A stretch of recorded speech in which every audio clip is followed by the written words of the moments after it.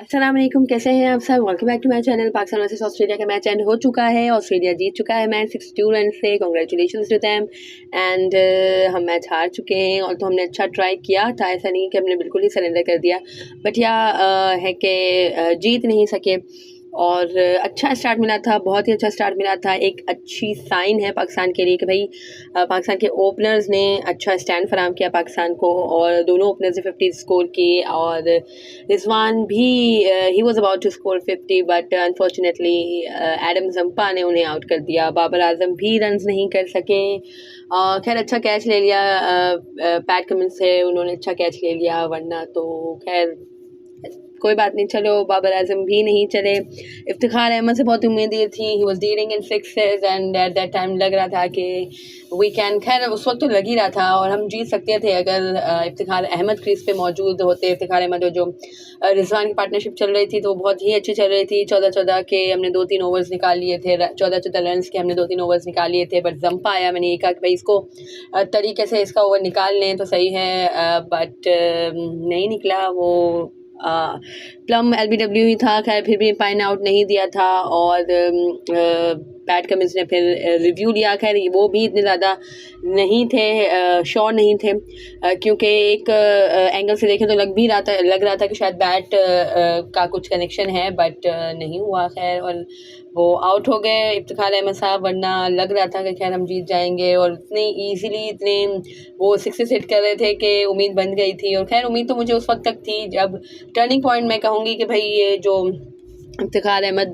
की जो विकेट थी वही टर्निंग पॉइंट साबित हुई, वरना बाबर आजम के जाने के बाद भी मैं कॉन्फिडेंट थी कि नहीं हो जाएगा। अभी इफ्तिखार अहमद है, अभी नवाज़ है, हो जाएगा। बट आफ्टर इफ्तिखार अहमद की जो विकेट थी ना, इसके बाद मुझे यही हुआ कि भाई, क्योंकि बहुत ही ज़्यादा आई थिंक 12-13 की कुछ रिक्वायर्ड हो गई थी और रिजवान बेशक क्रीज पे मौजूद थे, बट रिजवान का उस वक्त रोल है कि हिटिंग वाला नहीं होना था, क्योंकि जब नवाज़ आते तो वो हिट करते। और शादाब खान भी नहीं थे, शादाब की रिप्लेसमेंट उसामा मीर वो भी इम्प्रेस नहीं कर सके।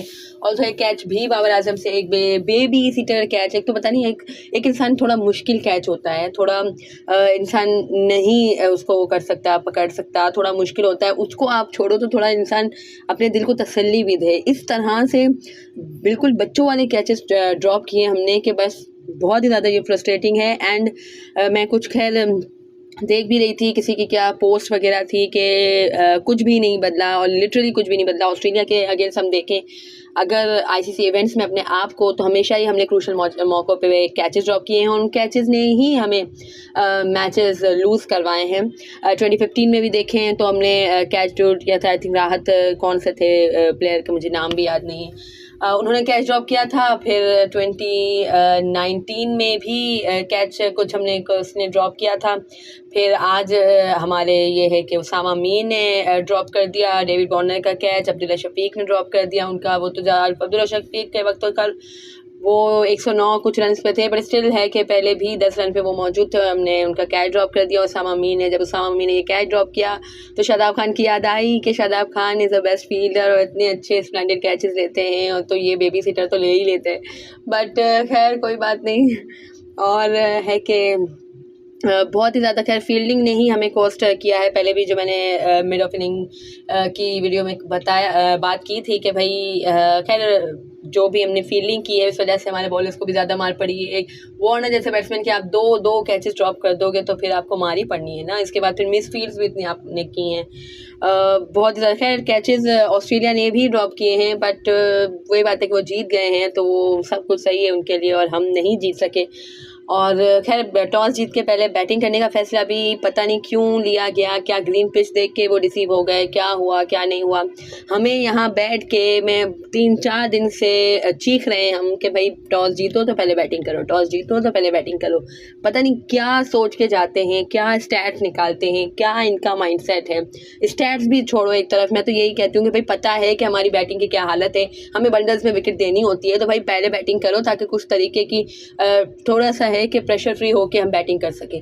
अगर तो अभी हमने पहले बैटिंग की होती ना तो हमने भी 300 प्लस लगाया होता, 300 सवा 300, तो थोड़ा सा हमें एज मिलता। ड्यू आएगी, ड्यू आने के बाद ही आपका सारा खाना ख़राब हुआ। ड्यू के आने से पहले तो पता नहीं ड्यू आई भी कि नहीं आई, लेकिन ड्यू के आने से पहले ही, क्योंकि ड्यू अगर आनी भी थी तो 30 ओवर के बाद आनी थी।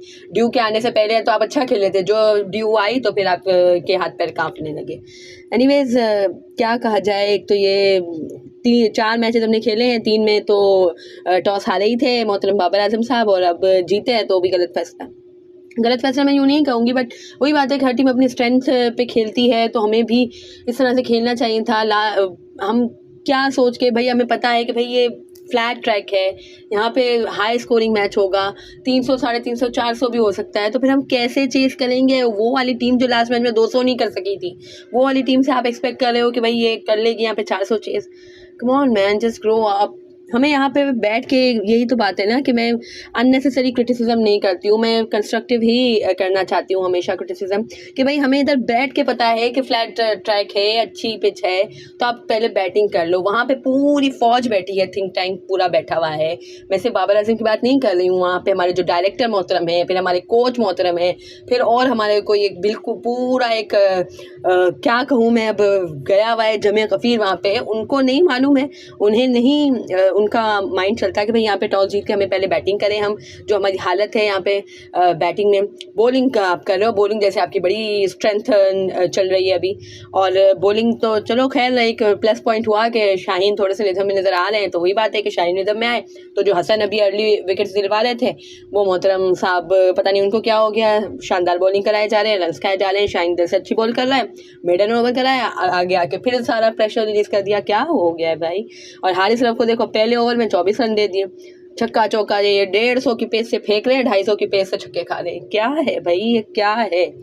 आपने खुद हारिस रऊफ ने हर इंटरव्यू में बोला हुआ है कि वहाँ पे आपको पेशेंस से बॉलिंग करनी पड़ेगी, वहाँ पे आपको वेरिएशन से करनी पड़ेगी। आप डेथ में अच्छी करते हो तो आपको स्टार्ट में अच्छी करने में प्रॉब्लम क्या है? क्या प्रॉब्लम है? अगर आपको नहीं पता है, चलो पिच ऐसी है, बॉलर्स के लिए नहीं है, तो आप सही एरियाज तो हिट करो, आप गुड लेंथ पे तो करो। ऐसी ही यही पिच थी जिस पे शाहीन ने अच्छी बॉल करके ली है ना विकेटें, और कंटेन भी किया है शाहीन ने। सबसे ज़्यादा कामयाब पेसर शाहीन शाह अफरीदी ही रहे हमारे, 5 विकेट्स उन्होंने लिए हैं, एक कैच भी ड्रॉप हुआ है, वरना 6 विकेटें होती हैं, और खैर इतना बड़ा टोटल भी नहीं होता, डेविड वार्नर का कैच छूटा था। खैर क्या बोल सकते हैं भाई, हमारे तो यही है, यही हम पीटते जा रहे हैं एक अरसे से, जब से देखना शुरू किए क्रिकेट के। भाई फील्डिंग सही से कर लो, भाई कैच सही से ले लो, लेकिन बस खैर क्या कर सकते हैं। एनीवेज खैर चलो, कोई इतनी ज़्यादा वो नहीं हुआ, हमने थोड़ी सी तो खैर फाइट बैक शो की, इंटेंट तो थोड़ी सी शो की, अच्छा स्टार्ट मिला, फिर वही हुआ कि हमने बंडल्स में विकेट दे दी, बस सब खैर है। चलो अब आगे अगर टॉस जीते हैं तो पहले बैटिंग करनी चाहिए।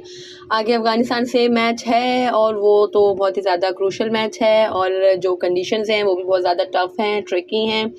अब वहाँ पे किसके साथ जाएंगे? उसामा मीर के साथ जाएंगे, किसके साथ जाएंगे, खैर इसके बारे में बात करेंगे।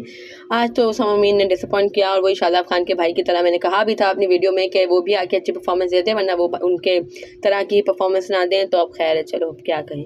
एनीवेज कोई बात नहीं, अब आगे देखेंगे। अब अफ़गानिस्तान से मैच है, उस पर फोकस करेंगे। अब 2 मैच हम हार चुके हैं, अगर तो सीधा तरीके से जाना है सेमीफाइनल में, तो अब इसके बाद सारे मैचेस जीतने पड़ेंगे। 2 मैचेस तो चलो नॉर्मल है, अफगानिस्तान से भी खैर नॉर्मल तो मैं नहीं कहूँगी, मुश्किल मैच ही होगा, और बांग्लादेश से भी है कि किसी को भी हमें लाइटली नहीं लेना चाहिए। और 2 मैच हमारे टफ हैं, एक न्यूजीलैंड, एक जो इंग्लैंड है। इंग्लैंड चलो थोड़ी सी वो हुई भी, अभी कल मैच है इंग्लैंड वर्सेस साउथ अफ्रीका, देखते हैं कौन जीतता है। दोनों बेचारियाँ अपसेट हो के अब दोनों एक दूसरे से लड़ रही हैं, तो आई थिंक दोनों ही खैर थोड़ी सी डिसहार्टन होंगी, बट कल के दिन कौन सी टीम जीतती है।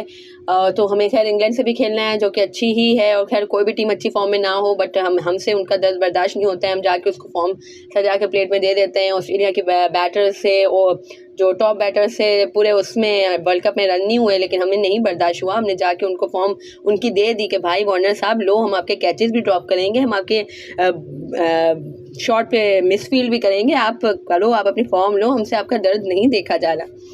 एनीवेज अगर आपको मेरी वीडियो पसंद आई हो तो लाइक कीजिएगा, शेयर कीजिए friends and family, and do subscribe to my channel for more such content. अल्लाह हाफिज़।